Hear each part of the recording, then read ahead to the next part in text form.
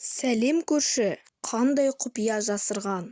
Бүгінгі видеода білетін боласыздар. Бірінші акт. Осы бірінші акттан бастап біздің оқиғамыз басталады. Біз Ники Рот деген балаға ойнаймыз. Бір күні осы бала жолда кетіп бара жатыр, добын теуіп ойнайды. Сөйтіп ойнап кетіп бара жатқанында, тоқтап жердегі добын алмай тұрғанында, кенеттен бір қорқынышты дауыс естіледі.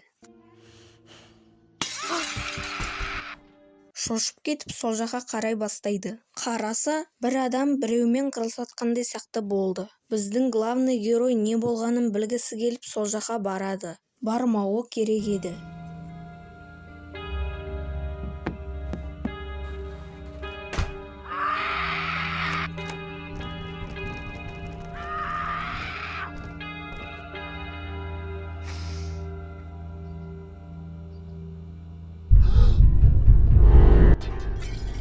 Нені тығыватыр, кімді тығыватыр? Ода қандай құпия бар? Шамалдан кейін білетін боласыздар.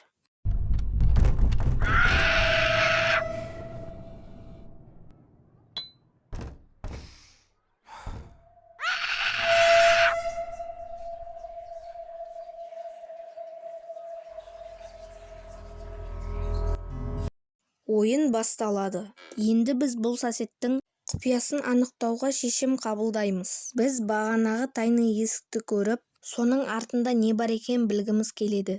Білу үшін бізге әрине де кілттер және де заттар керек болады. Hello Neighbor ойынындағы самый главный антагонисттің аты Теодоро Петерсон. Ал енді біз Привет соседтің бірінші акттың қалай өтуге болатынын қарастырайық. Бірінші біз бір үлкен затты алып алып, осының үстіне мінеміз. Осы мусорканы немесе бірнеше коробканы алып қойсаңыз болады. Лучше мусорка ала салыңыз. Дәл осылай қою керек. Міне алатындай. Арғарай осылай секіреміз. Қолыңа бір затты алуды ұмытпа, терезені сындырып кіру үшін. Арғарай дәл осылай жасай бересіздер. Арғарай біз ініп тұрған картинканы аламыз. Оның артында басқа бөлмеге вход бар. Вход арқылы кіргеннен кейін мына жерде тұрған машинаның багажының кілтін аламыз. Міндетті түрде керек, әйтпесе өте алмайсыздар. Алғанымыздан кейін бірден түсеміз. Сөйтіп паркурщик сияқты секіреміз. Соседке hasta la vista baby деп. Бірінші актты өту негізі қиын емес. Вообще, өзім ойнағанмын. Опыт бар деп қойсам да болады. Қойш, шынба Ернұр, қойш, бірінші кодтың ба? Өтті. Ну нахер. Ну да, мен мистер Прикольчиктің двойнигімін. Жалғастыра берейік. Магнитті алғанымыздан кейін үйдің артына барамыз. Сөйтіп осылай секірсек те болады. Дәл осылай.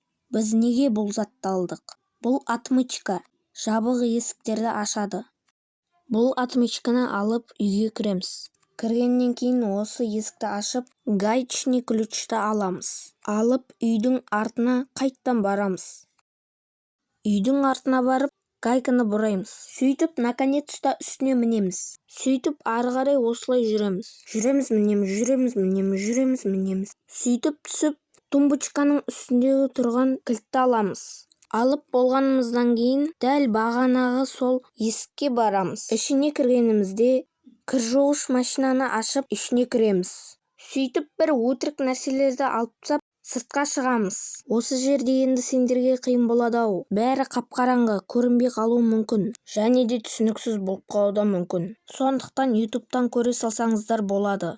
Басқа адамдардың видеоларын. Бағана мен сіздерге айтып едім. Бірінші акттың басында ол кімді жасырын тыққанын. Яғни Привет сосед кімді тықты. Мен онда сіздерге айтып берейін. Ойыншы осы жертөлеге кіріп үлгергенде, көршісі шынымен біреуді сонда ұстап тұрғаны белгілі болды. Дегенмен бірінші әрекетте ойын бұл сұраққа нақты жауап бермейді. Есік жабық, ал кейіпкер кімнің нақты екенін көре алмайды. Ойын барысында көршісінің отбасындағы қайғылы оқиғадан кейін қорғамақ болған ұлын жасырып жүргені белгілі болады. Яғни ол сосед өз ұлын жертөлеге тығып қойып жауып қойған. Оның ұлының аты Аарон Петерсон. Міне өзі де. Ааронды кінәсін сезіну, қорқыныш және отбасылық трагедиядан кейін оны қорғауды қалау арқылы жертөлеге жасырды. Бірақ не болды? Майяның өлімі. Арын әпкесін абайсызда шатырдан итеріп жіберіп ол қайтыс болды. Яғни олар екеуі тоғыспақ ойнағанда әпкесіне Майяға өзінің кукласын табу керек болды. Ойынның соңында ол тапқанда сөйтіп артынан ағасы келіп тұрғанында байқаусыздан итеріп жібереді. Осыдан кейін Арын өзіне шегініп Теодор терең депрессияға түседі. Яғни әкесі. Сәлем көрші ойыны дым қорқынышты емес. Дым қорқынышты болмаса да өзінің терең мағынасы бар екен. Немесе маңызы. Арын өз қарындасын құтқаруға да тырысқан да жоқ. Өйткені ол бір жағынан қарындасын жеп көрген. Себебі олардың ата-аналарының екеуіне де көзқарастары әртүрлі болды. Майядан жақсы жағын көріп, Арыннан жаман жағын көрді. Сондықтан Арын өз қарындасын жеп көре бастады. Басында бәрінде жақсы болды. Бәрі бірге тұрып бақытты өмір сүрді. Бірақ бір күні бір авария болып қалды. Сол авария осы бақытты отбасыны құртқан. Ол аварияда көршімен өзінің жұбайы болған. Ол аварияда көрші тірі қалып, әйелі өліп қалды. Соның кесірінен біздің көршіміз жаман адамға айнала бастады. Соның кесірінен көрші терең депрессияға түсіп кетіп, сезімсіз болып қалады. Уақыт өте келе қызы Майя да тірі болмайды.